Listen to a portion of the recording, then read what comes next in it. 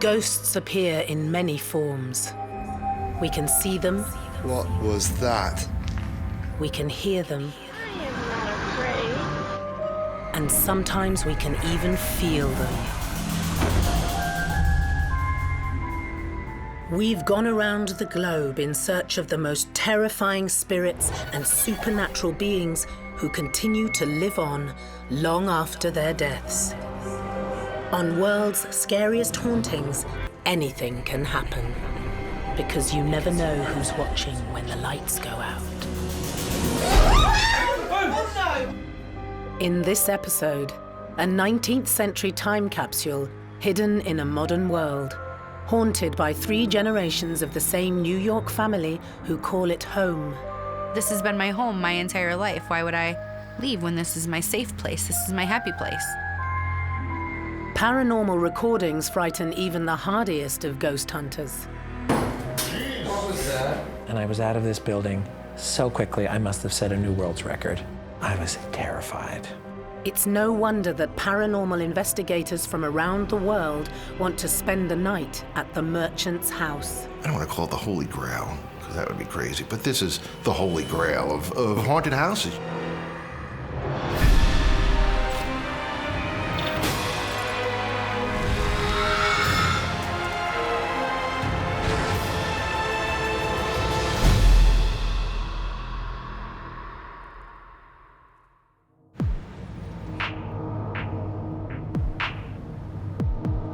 The Merchant's House Museum has stood in Manhattan for over 185 years.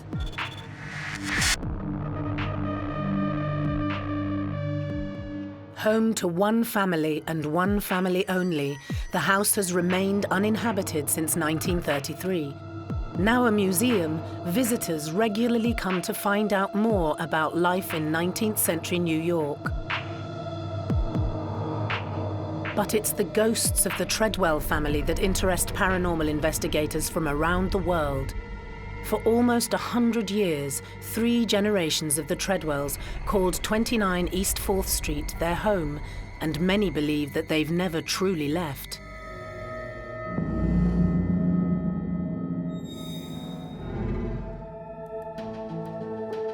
Anthony Beloff has been a volunteer at the museum for over 30 years. During some of the ghost tours, we have had people feel, someone breathing on their neck, and they turn around, no one's there, tapped on the shoulder. People have been seen walking by in rooms that are empty. We don't know how well the Treadwells like having their house open to the public. They seem to be accommodating us, and we like to think it's because they realize that with the public coming here, we can raise the funds to keep the house standing.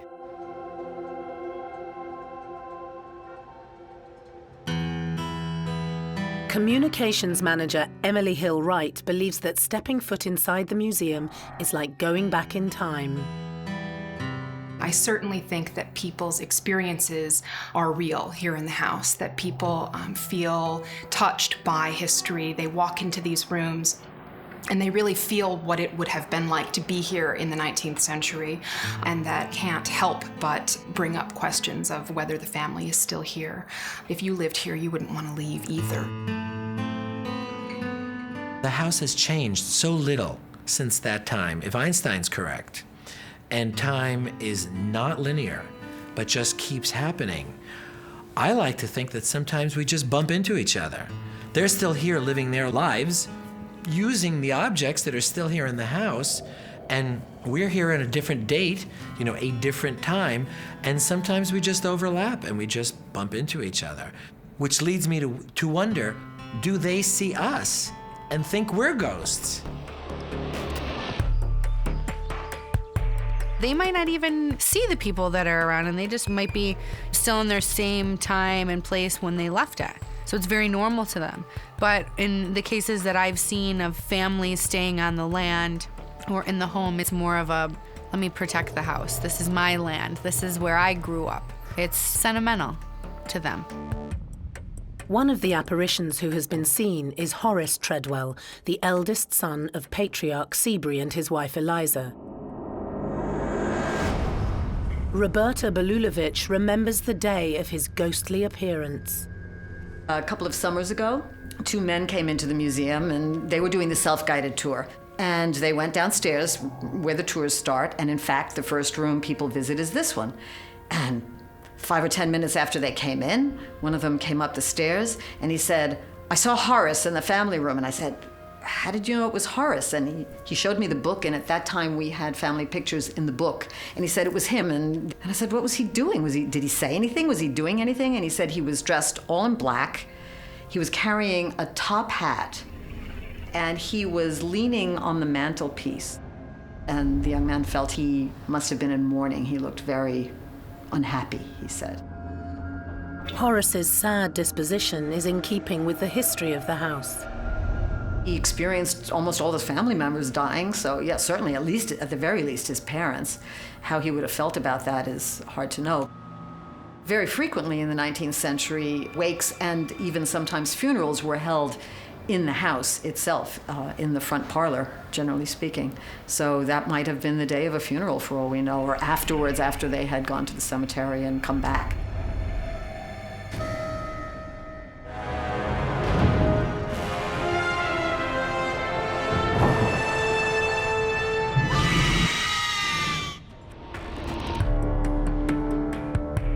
While modern Manhattan has shot up around it, the Merchants House Museum has remained in New York's trendy NoHo district for over 185 years. New York City in 1832 was just a smaller version of what it is today. The reason the Merchants House was built on East 4th Street was basically the whole area was being developed as a suburban enclave for the very wealthy. The house was built in 1832, and the family who lived here, the Treadwells, moved in 1835. Seabury Treadwell, the patriarch of the family, and his wife Eliza had 8 children. The youngest, Gertrude, was born here in this house in 1840. She lived here her entire life. She never married, and she died in the house in 1933, so almost 100 years after her father purchased the home. Today, the museum is complete with the Treadwell family's original belongings, their furniture, their personal possessions, and even their clothing. The gentleman who lived here, Seabury Treadwell, he was a successful hardware merchant. And hardware in those days meant basically anything made out of metal. He was 55 years old, and he had made his fortune. And so he moved his family, his wife, to the suburbs, which was this house, and he retired here. The townhouse has 5 floors and would have been a hive of activity in 19th century cosmopolitan Manhattan. In 1855, the New York State Census indicates that there were 21 people living here. Now that includes the 8 children, some of whom had married and moved out, but then moved back in with their husbands and their children. And there were also 4 servants who lived in the house with the family for, as far as we know, the entire 19th century. In 2018, this really is a time capsule of that mid-19th century period. The Treadwells made very few structural changes to the house, and so today the museum really gives visitors an unparalleled look at what life was really like in the mid-19th century. The last remaining Treadwell, Gertrude, passed away in 1933. Rescued from demolition by a cousin of the family, the house opened as a museum in 1936. Reports of paranormal activity have been rife ever since. I've been a volunteer since the early 80s, and I had the pleasure at the time of working with Joe Roberto, who was the architect who saved the building from collapse in the 1970s. Joe and I had a very special relationship. He sensed the kindred spirit in me, at least with regard to the paranormal. And he began alluding to certain things which had been reported as having taken place in the museum over the years. And he would tell me, "Anthony, there's stories about the house." And he shared some of them with me. The staff themselves have had some unexplainable encounters over the years. There have been a few things that have happened while I have been here that I don't have an answer for. We do a raffle every Christmas, and one of the raffle prizes a few years ago was a crystal dish. We had it in the very center of our conference table up in the offices, waiting for the prize winner to come and collect her prize. On Friday, when we left for the weekend, it was right in the very center of the table, and when we came in on Monday, the dish was shattered in pieces on the floor. During the weekends, the offices are locked and closed, so members of the public cannot get into the offices. The staff isn't up on that office floor, so we really have no explanation for that.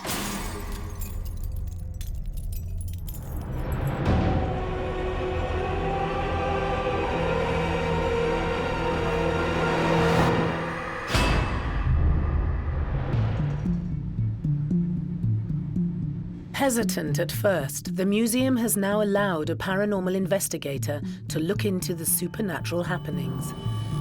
Ghost hunter Dan Sturges has exclusive access to the merchant's house, and during the past 12 years, he's carried out over 75 investigations. As a paranormal investigator, the merchant's house is on everybody's radar. So I heard about it when I moved to the city 30 years ago. As an investigator, it's a place that you want to come. It's sort of on everybody's bucket list. Dan's favorite ghost hunting tool is a voice recorder, and over the years he's captured many ghostly EVPs. EVP is short for electronic voice phenomenon, and it's essentially when you've captured communication with a ghost or a spirit, supposedly through an electronic device that would record that. But it's a brilliant way of evidencing that spirits are there, because you can have direct communication with them.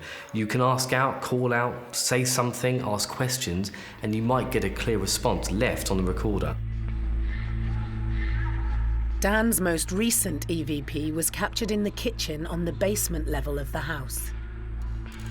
We were all hungry, so we sort of left the recorders running in an empty house. A few weeks later, I'm listening to nothing. For an hour, this is 56 minutes into the recording, and we captured something that I can't explain. And it's the only time I've ever gotten scared from anything that I've captured here at the house, so it's pretty creepy. This was something that made noise in the kitchen. Don't know what it is, but I don't plan on investigating the kitchen anytime soon, so it was a good creepy noise. It's recordings like this that keep Dan coming back for more. I don't want to call it the Holy Grail, because that would be crazy, but this is the Holy Grail of haunted houses. It's no surprise that New Yorkers and tourists alike continue to visit the 19th century townhouse, hoping to catch a glimpse of the ghostly Treadwell family.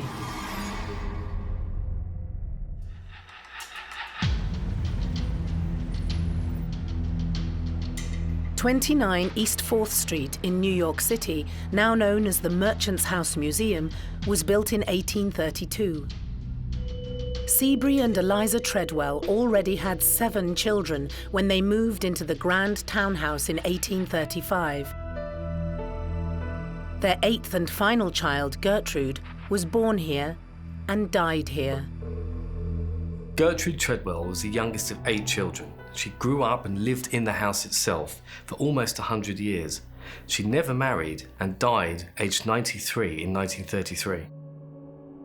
4 of the Treadwell daughters did not marry, which was not as unusual as we think nowadays.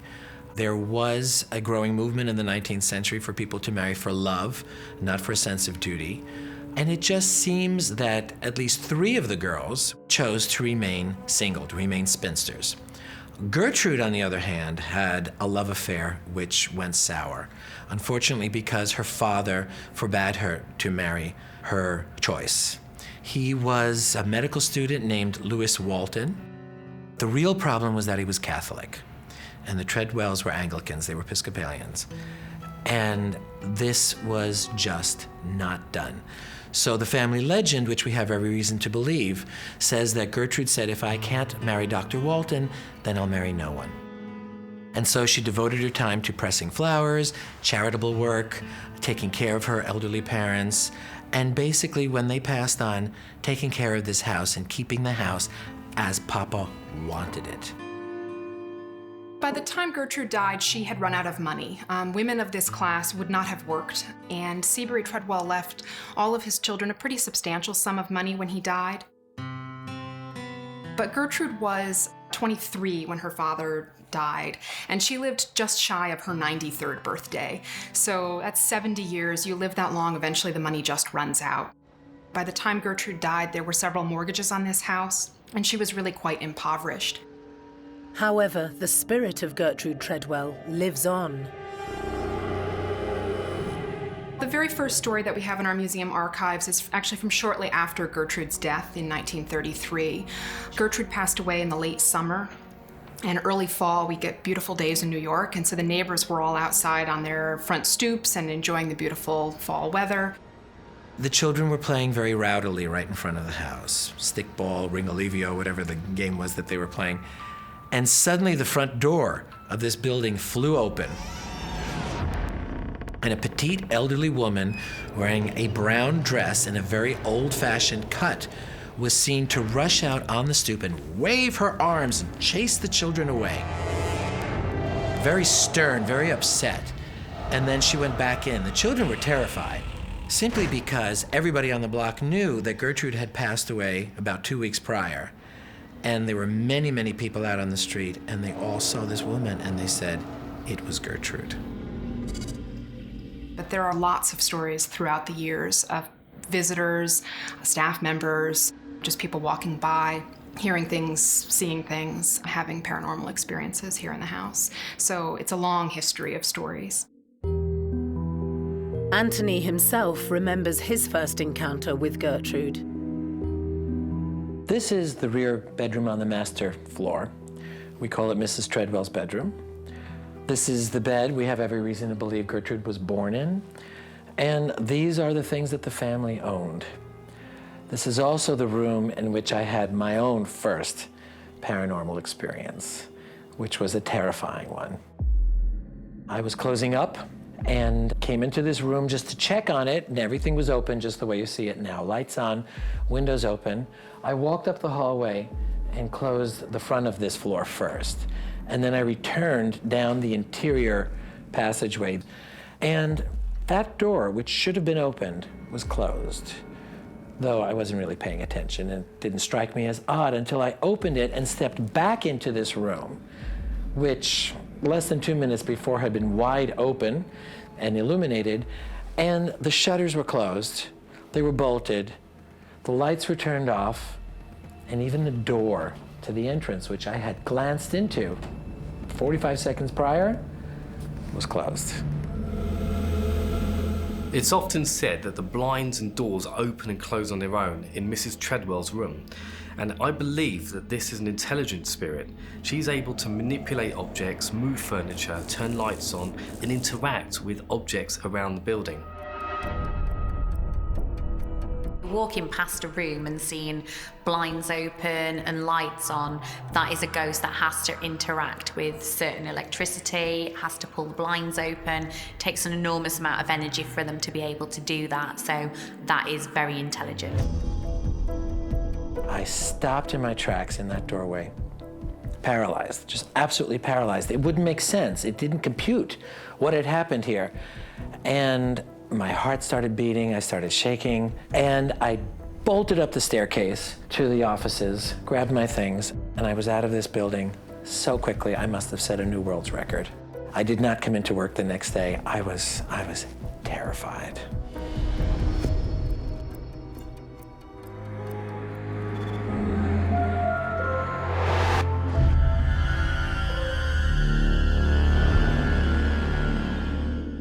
With so many people coming and going over the 100-year history of the Treadwell family's residence in the home, it's no wonder the building is teeming with paranormal energy. Orbs are the early manifestation of a spirit apparition. They are classed as energy balls. Basically, what happens when a spirit manifests itself, it needs energy to be able to manifest. And what happens is the orbs start to manifest as small lights of energy and then materialize into full-blown apparitions. So there have been reports of orbs pictured throughout the house, and I believe that that's because of all of the energy. The family is very predominant in the home. They've owned the home, they have passed away in the home, so that right there in itself would have a lot of energy. I would say a lot of residual energy. And a lot of the energy in the house is powerful enough to make you jump. The last time that I was truly terrified when something happened in the house was during one of our paranormal investigations with Dan Sturgis. I had been taking things pretty much in stride and become quite used to the unexplainable things that seem to happen on an occasional basis here at the museum, but this one was disturbing. We were conducting an investigation and we were here in Mr. Treadwell's bedroom. It was night, it was dark, and there were about 5 of us in the room, the usual team and a guest psychic joining us that night. And she verbalized that she got the impression that someone wanted the lights turned off, that the lights were disturbing someone. She said, "Is that it? Do you want the lights turned off?" And suddenly this door right behind me slammed. Does somebody want these lights turned off?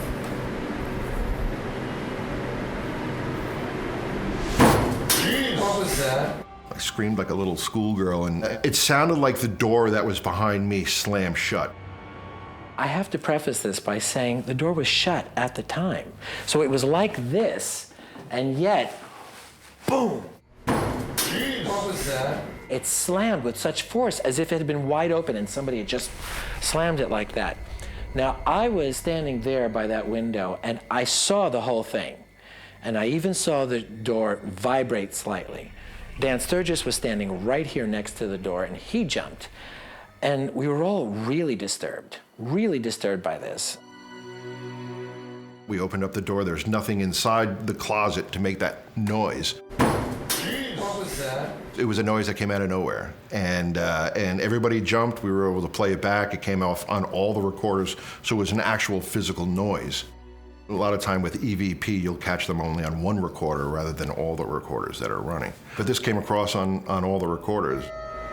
What was that?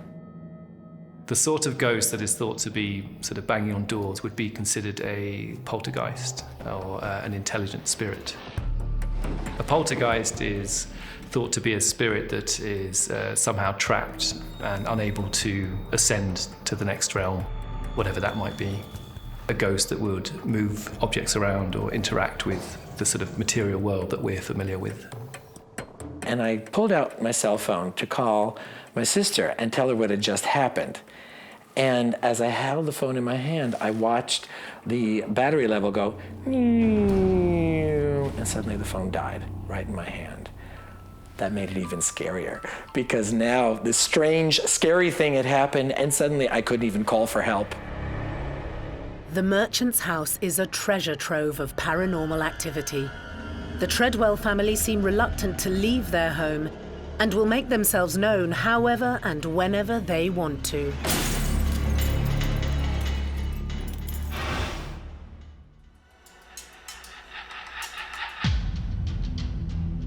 The Merchant's House Museum in Manhattan, New York, is a time capsule that has remained relatively untouched since the Treadwell family lived there.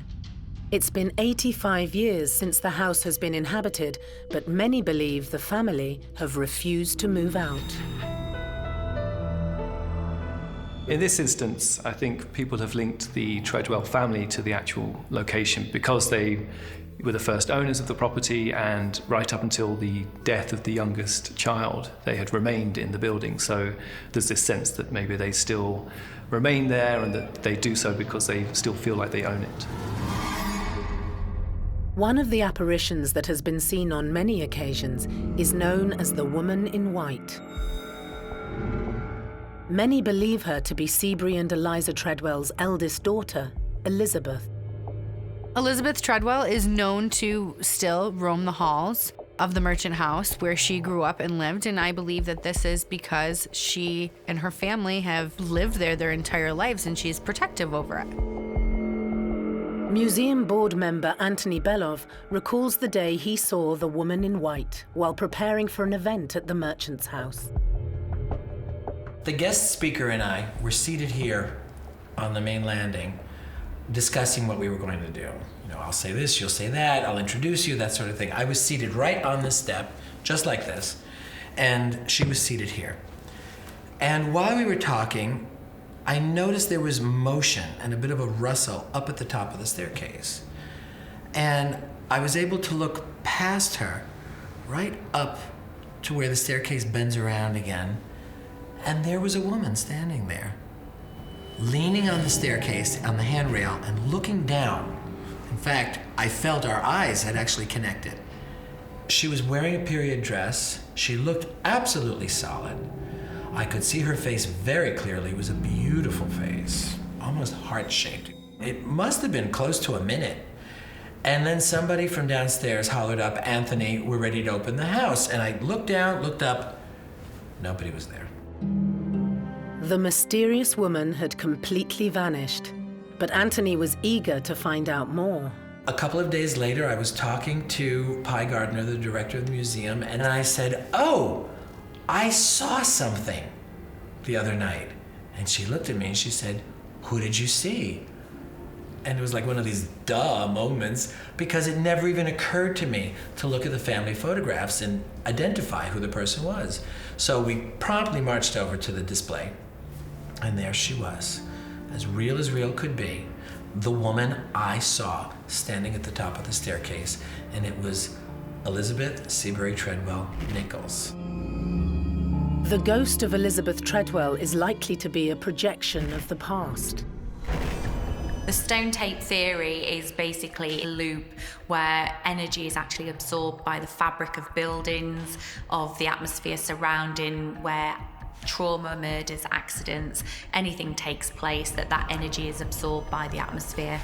And the stone tape theory basically is a residual energy, and it actually loops and plays itself over and over. If she was having a wander about in her normal everyday life, then chances are you would probably see her still doing that after death.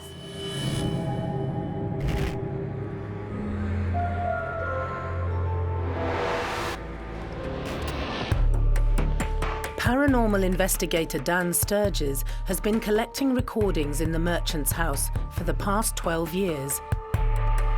During one of these sessions, he captured something remarkable in the bedroom of Treadwell matriarch Eliza. You'll hear my friend Holly was somebody that had never been on an investigation before. We were in Eliza's room. And Anthony, you'll hear Anthony in the background ask Mrs. Treadwell if she thinks Holly is pretty. You'll hear Mrs. Treadwell give an answer.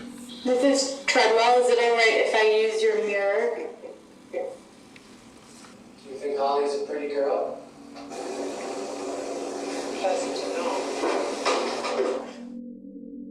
When she's actually asked, is she a nice girl, you actually hear pleasant enough. Now, that is intelligence straight away because she's answered a question. Great capture. And it's an answer to a question. That's a direct answer to a question. Significant, you know.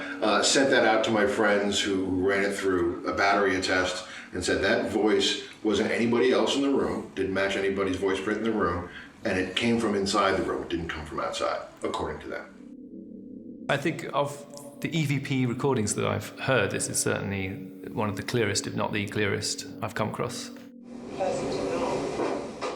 I mean, it's quite interesting that the phrase pleasant enough was used. That feels like something that would be a kind of response of the age when they would have been alive. Most electronic voice phenomena cannot be heard by the human ear and are only discovered when painstakingly re-listening to reels of tape. We record absolutely everything on our investigations, and we trawl through hours and hours of recordings. Now, the reason why we do this is because spirits communicate on a level between around about 0.19 of a decibel up to around about 0.21 of a decibel. Our hearing is around about 22 decibels. So in order for us to hear that, we need to train our hearing. But the voice recorders tend to pick up on these frequencies, and you're able to hear them speak as clear as day. It blows my mind. It's the scariest part of an investigation because it's usually about a week later I'm listening to the audio. And it can get extremely tedious because we might have 6 recorders running for 6 hours. That's 36 hours of audio I've got to listen to, and it's all the same conversation. That's the scariest part for me because I'm usually in my apartment by myself with the lights off and laying in my bed listening with my headphones. And when you do get a voice, you snap right out of the little meditation you're in while you're doing this and, rewind, and then you go into investigator mode and start putting it through the filters and sending it out to all your colleagues all over the world to get their impression of it. Spirit's very subtle, but they use it to communicate. And if there's a lot of EVPs going on that are being caught in the house, it's because spirit would like to communicate. There's something that the spirits would like to say.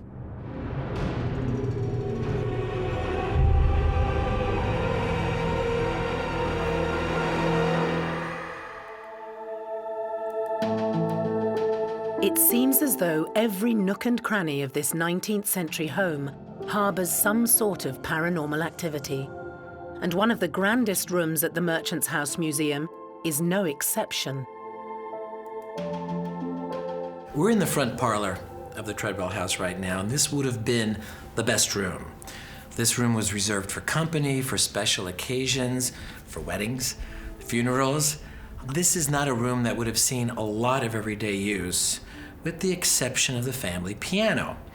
And it's an interesting piece because over the years we've received many reports of people walking by outside or being in the museum itself and having heard the piano being played.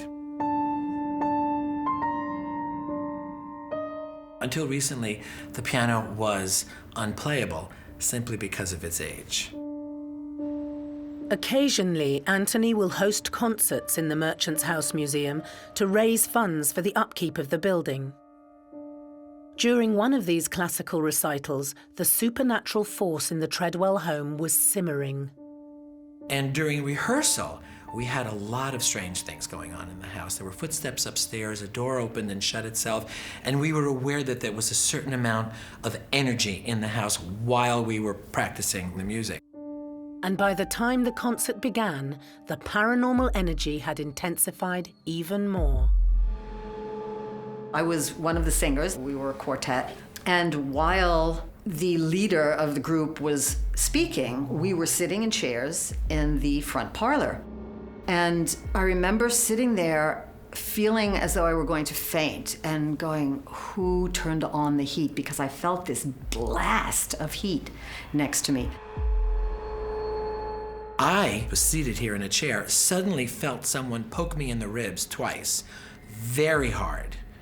And I thought I had missed a cue or something had gone wrong. I didn't react because I was seated in front of all these people, but it was a very sharp poke.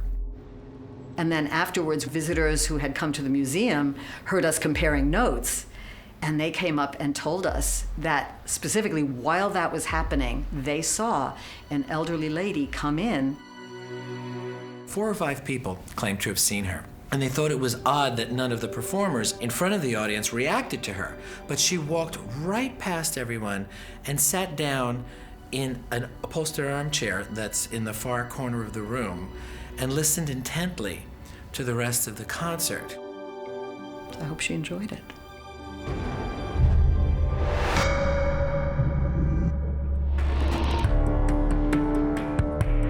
The paranormal energy at the Merchant's House Museum appears to manifest as 2 different types of spirit. The kind of sightings and sounds that have claimed to be seen and heard at the Merchant House would correlate with both a residual and an intelligent spirit. A residual spirit is one that would be considered to sort of be playing out continuously on a loop, that wouldn't be aware of its surroundings or necessarily aware that it's in our present time. So an intelligent spirit would be a spirit that's considered to be interacting with the living and one that is kind of responsive to the space in the way that we understand it. One of the intelligent spirits captured by paranormal investigator Dan Sturges is the head of the ghostly family, Gertrude Treadwell. We haven't got a lot of communication from Mr. Treadwell. And we were in Seabury's room, Mr. Treadwell's room, asking if he knew how to play the piano, because they have a piano downstairs in the parlors. We get a male voice saying, I strike the keys in succession. Did you know how to play the piano? Mr. Treadwell? Pretty amazing stuff. I've been doing this a long time, and you rarely get sentences or as clear a response as we get here at the Merchant's House. Did you know how to play the piano, Mr. Treadwell?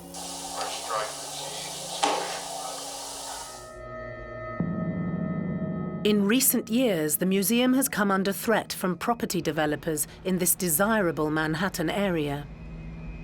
So how do we ensure that the Merchant's House and the spirits within continue to live on in the years to come?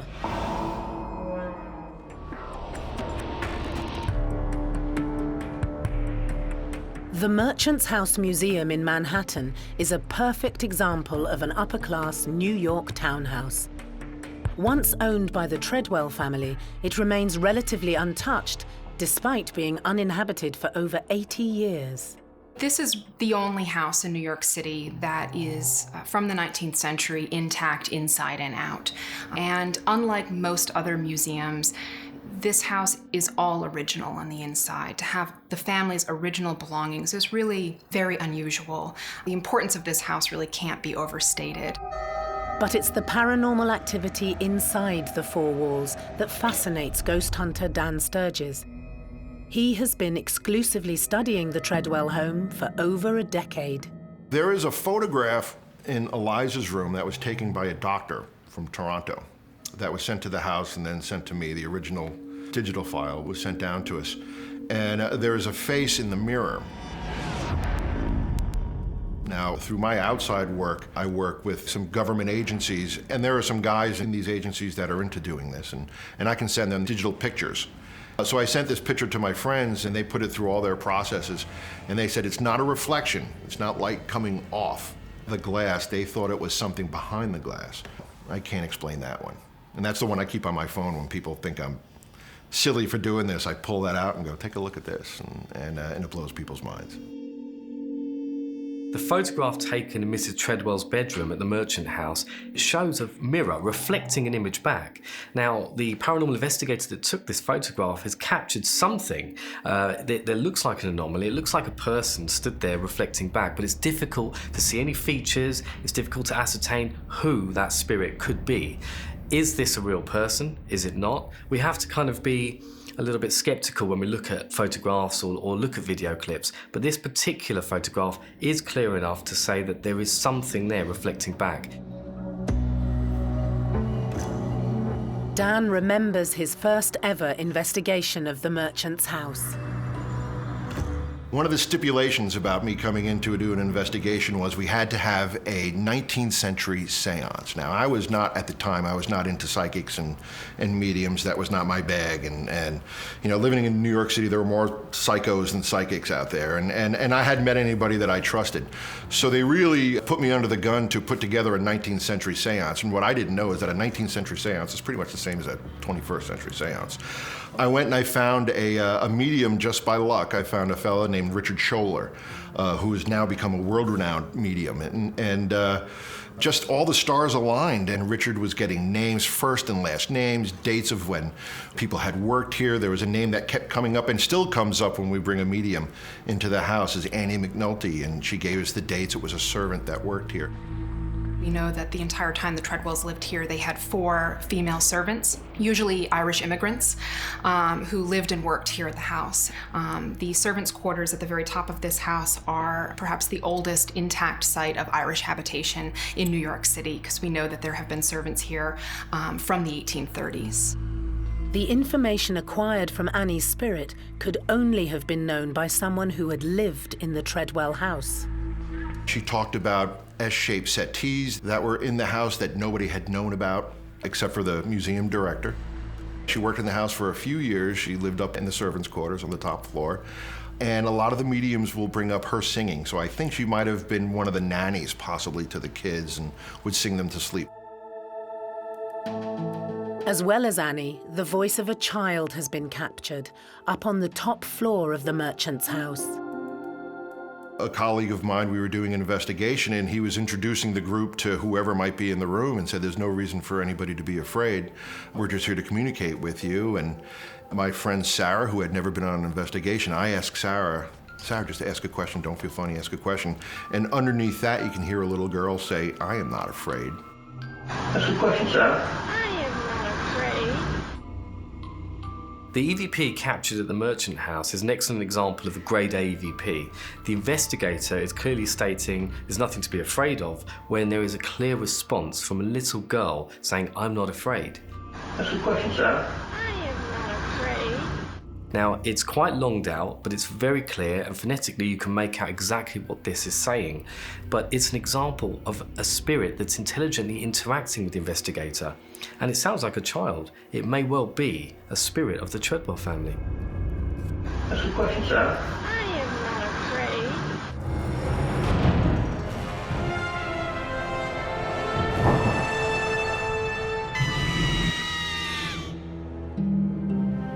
The Merchant's House Museum continues to thrill visitors with its history and the mystique surrounding the Treadwell family. It very much was turned into a museum because of the way that it was kept and the way that the look and the feel of it. So it's time capsuled, so they can be at rest and be in the home that they love and not have to worry about anybody moving their things or touching their things or changing things that they don't want them to change. So they can very much stay and just protect it and still feel that sentimental, this has been my home my entire life. Why would I leave when this is my safe place? This is my happy place. But the future of the museum and the legacy of the Treadwell family is in doubt. Well, right now the museum is facing a really serious threat. A developer has applied to put up an 8-story hotel in the lot immediately next door to the museum. We've hired structural engineers and architects to come in and do studies, and there's really no way that the museum could sustain a development of that size in such close quarters. To say that the museum could suffer really catastrophic structural damage is not an overstatement.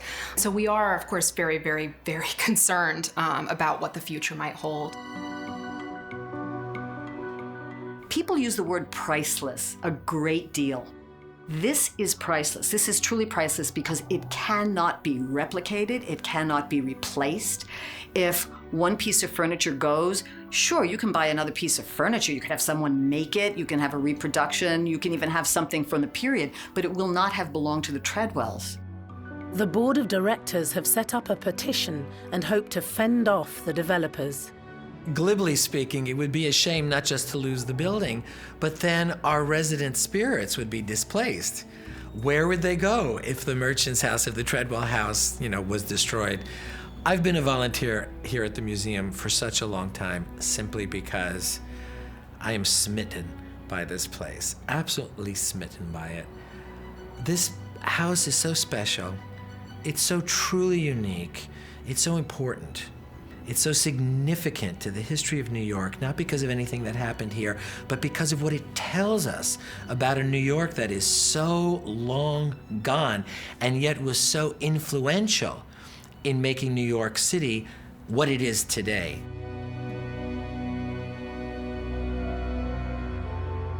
For now, the spirits are safe inside the museum, and the stories of the Treadwell family and the ghosts they have become will continue to excite both visitors and staff of the Merchant's House. So many things have happened to me in this house over the years that I'm sort of not reacting anymore. I more often than not say hello, good evening, that sort of thing. Oh, thank you for sharing your presence with me. And I rarely am caught off guard these days. I rarely jump.